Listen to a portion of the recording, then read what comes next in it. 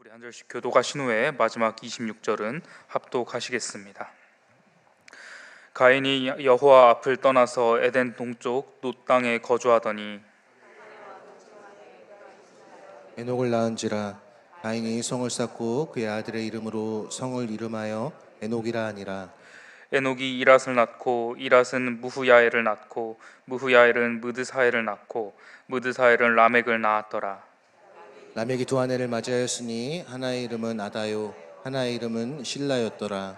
아다는 야발을 낳았으니 그는 장막에 거주하며 가축을 치는 자의 조상이 되었고 그의 아우의 이름은 유발이니 그는 수금과 퉁소를 잡는 모든 자의 조상이 되었으며 실라는 두발 가인을 낳았으니 그는 구리와 쇠로 여러 가지 기구를 만드는 자요 두발 가인의 누이는 나아마였더라. 라멕의 아내들에게 이르되 아다와 실라여 내 목소리를 들으라. 라멕의 아내들이여 내 말을 들으라. 나의 상처로 말미암아 내가 사람을 죽였고 나의 상함으로 말미암아 소년을 죽였도다. 가인을 위하여는 벌이 7배일진데 라멕을 위하여는 벌이 77배의 1이로다 하였더라. 아담이 다시 자기 아내와 동침함에 그가 아들을 낳아 그의 이름을 셋이라 하였으니 이는 하나님이 내게 가인이 죽인 아벨 대신에 다른 씨를 주셨다 함이며 합독하시겠습니다. 셋도 셋도 아들을 낳고 그의 이름을 에노스라 하였으며 그때 사람들이 비로소 여호와의 이름을 불렀더라. 아멘. 할렐루야. 지난 본문에서 우리는 가인과 또 아벨을 중심에 두고 벌어진 사건에 대해서 살펴봤었습니다. 에덴 동쪽으로 쫓겨났던 아담과 하와의 두 아들 가인과 아벨은 각각 농부와 목자였습니다. 따라서 각자 자신의 소산, 가인은 추수한 땅의 곡식을, 아벨은 자신의 양의 첫 새끼와 그 기름을 제물로 하여서 하나님께 감사의 제사를 드렸습니다. 하지만 하나님께서는 가인과 그의 제물은 받지 않으시고 반대로 아벨과 그의 제사는 받으셨습니다. 이유는 분명했습니다. 하나님을 향한 사랑과 또 존경과 감사를 담아서 제물을 준비하는 데에서부터 자신의 모든 소산을 대표하는 첫 새끼와 그 양의 가장 좋은 것, 기름으로 준비한 아벨, 다시 말해 삶의 자리에서부터 드리는 마음의 예배로 하나님을 흡족하게 했던 아벨과 달리 가인은 그저 제사를 드리는 것, 외식과 형식에 초점이 맞춰져 있었습니다.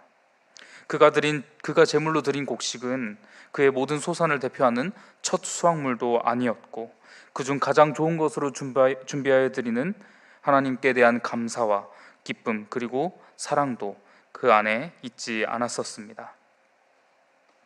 자신의 예배가 받아들여지지 않음에 대해서 이 안색이 변할 만큼 분노한 가인에게 하나님께서는 죄가 너를 원하나 너는 죄를 다스릴지니라 라고 하셨습니다. 하지만 가인은 그렇게 하지 못했죠. 자인의 아우 아벨을 분노와 질투 가운데서 죽입니다.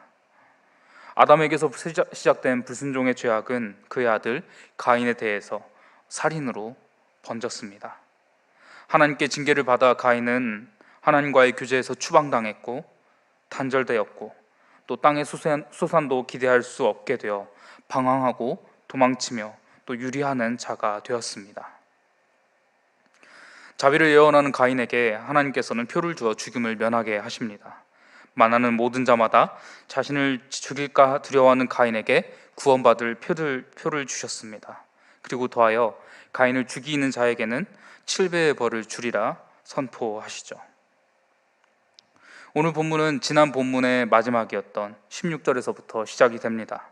지난 시간에는 여호와 앞을 떠나서 즉 하나님과의 교제에서의 단절이 초점이었다면 오늘은 그가 새로 정한 거주지 놋에서부터 초점을 맞춰가려고 합니다. 16절에 보면 가인이 여호와 앞을 떠나서 에덴 동쪽 놋 땅에 거주하더니, 여기서 놋으로 번역된 단어는 원어에서 히브리어에서 떠돌다 또 방황, 유배라는 의미를 갖습니다. 일종의 아이러니죠. 하나님께서 땅에서 피하며 유리하는 자가 되리라라고 하는 징계의 명령을 받은 가인이 방황 혹은 유배에 정착하여 거주하게 된 겁니다. 방랑자가 방랑과 유배의 땅에 정착하게 된 거죠. 이 방황과 유배의 땅에서 그는 가정을 꾸리고 아들을 낳고 성을 쌓습니다.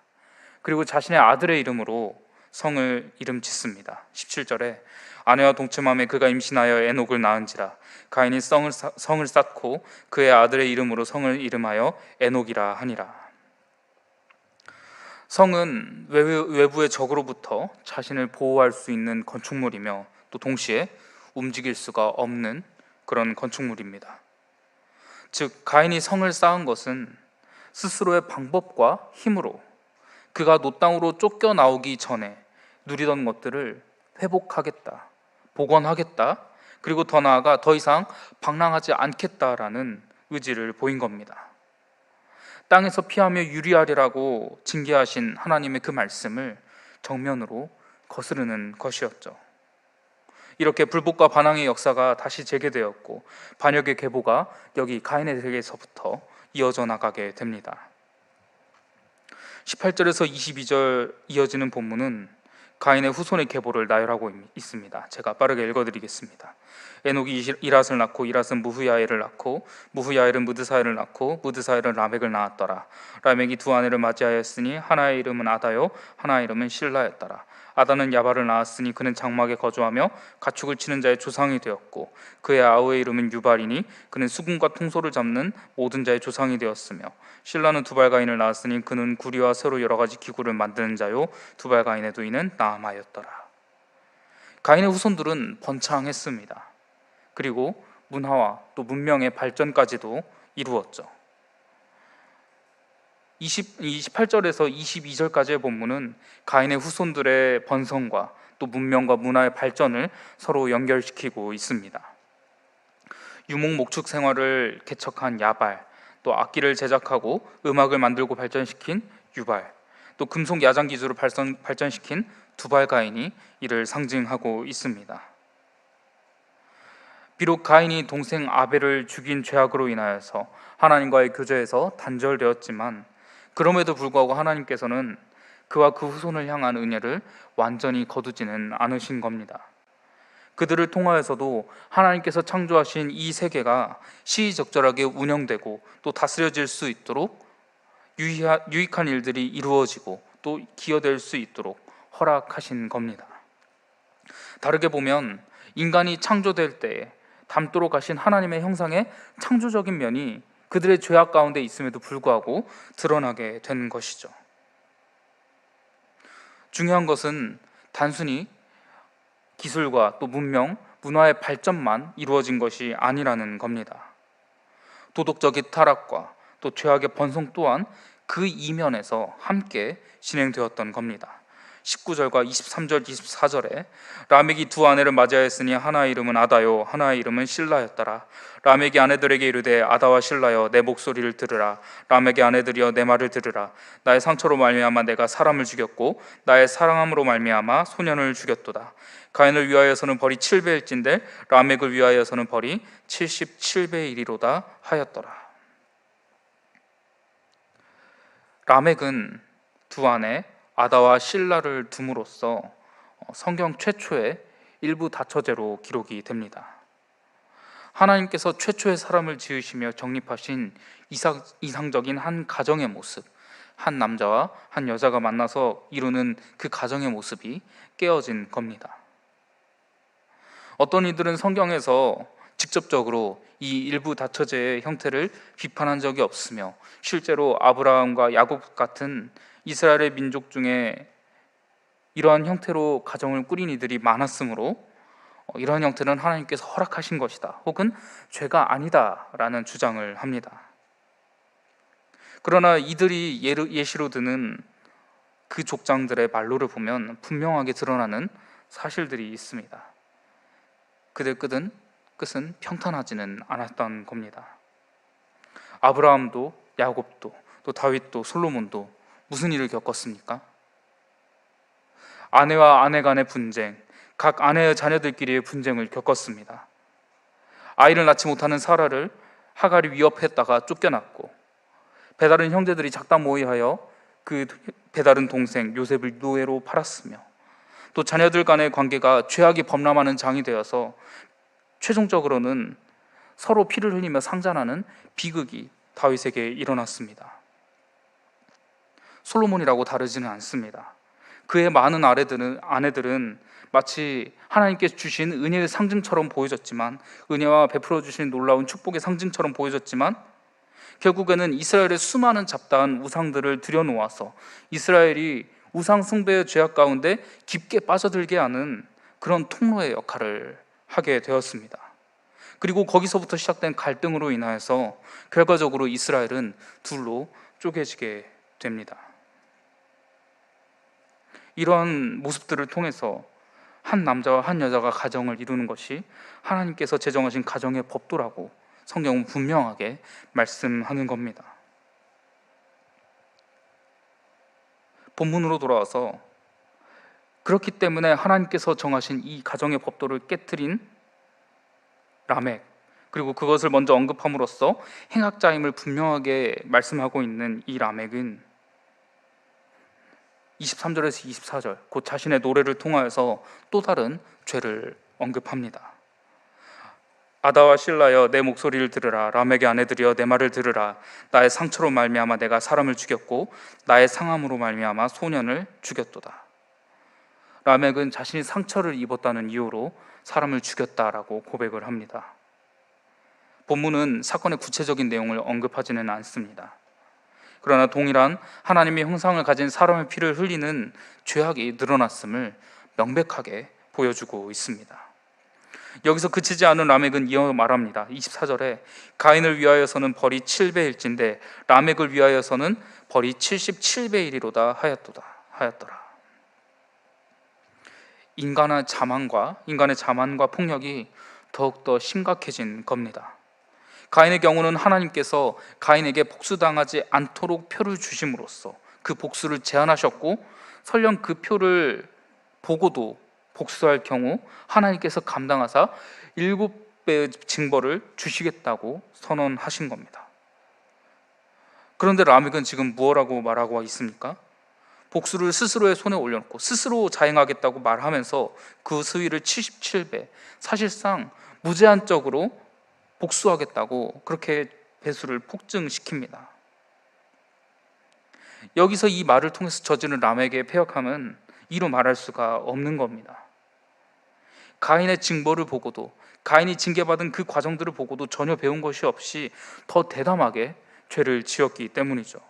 뿐만 아니라 복수와 폭력을 미화시키고 정당화하는 선언을 자신의 노래로 만들기까지 한 겁니다.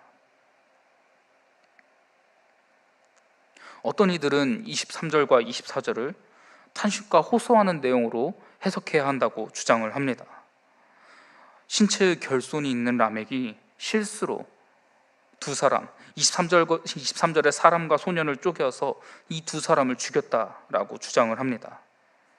순식간에 이중살인자, 2명을 죽인 살인자가 된 자신의 신세를 두 아내 앞에서 고백하며 한탄하는 내용이라는 거죠. 물론 앞서 말씀드렸던 해석이 주류이긴 합니다만, 앞선 해석이든 뒤 해석이든 변하지 않는 것이 있습니다. 가인의 후계와 그 후손들이 심각한 죄악에 물들었다는 겁니다.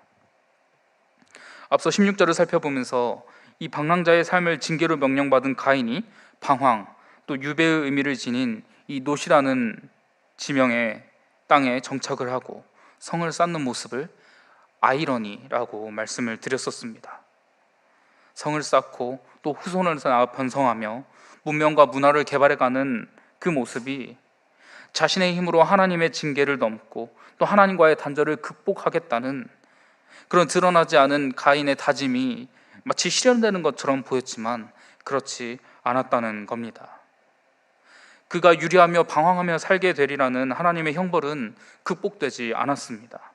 한 곳에 정착하여 세력을 넓히면서 또 문화와 문명을 발전시키며 살아갔지만 그의 7대손 라멕의 행적은 여호와 앞을 떠난 영혼이 어떻게 살아가게 될지, 평생 영적으로 방황하고 헤매며 죄 범하기를 반복하며 살 수밖에 없음을 분명하게 증언합니다.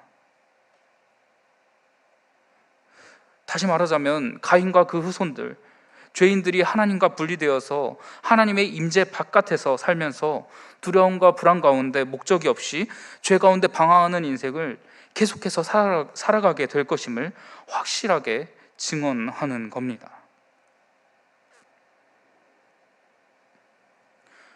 이렇게 가인의 후손의 기사를 전한 말씀은 이어지는 25절, 26절에서 급격하게 아담에게로 전환이 됩니다.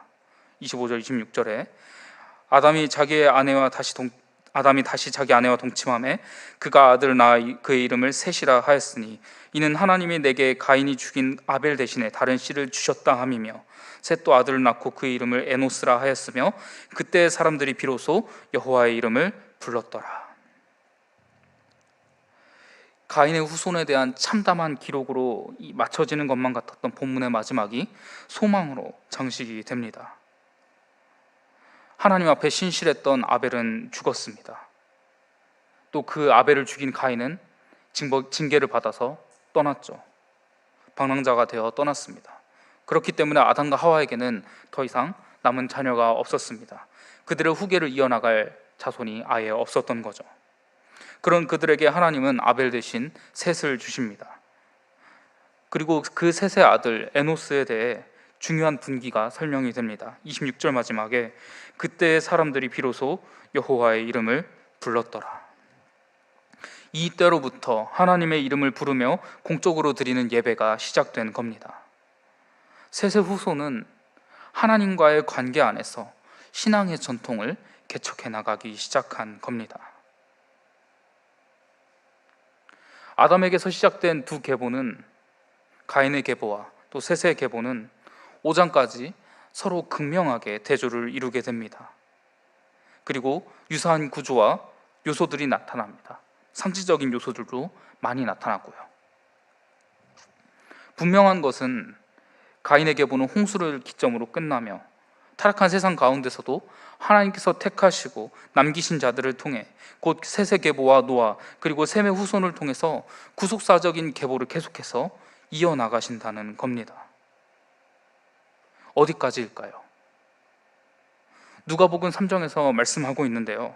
사람의 구원을 이루시고 언약의 완성을 이루시는 예수 그리스도에 이르기까지 완전한 의로 오신 예수 그리스도께서 모든 죄의 벌을 대신 받으심으로 만영한 죄악 가운데에서 라멕이 선언한 이 77배의 무제한적인 복수의 윤리는 예수 그리스도께서 선언하신 77배의 무제한적인 자비와 은혜의 윤리로 역전되게 됩니다.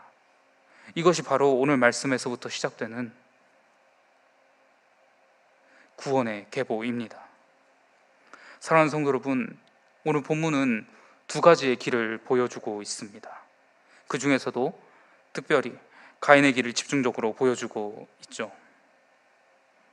하나님이 함께 하심이 없으나 그 길은 분명 대단해 보였습니다.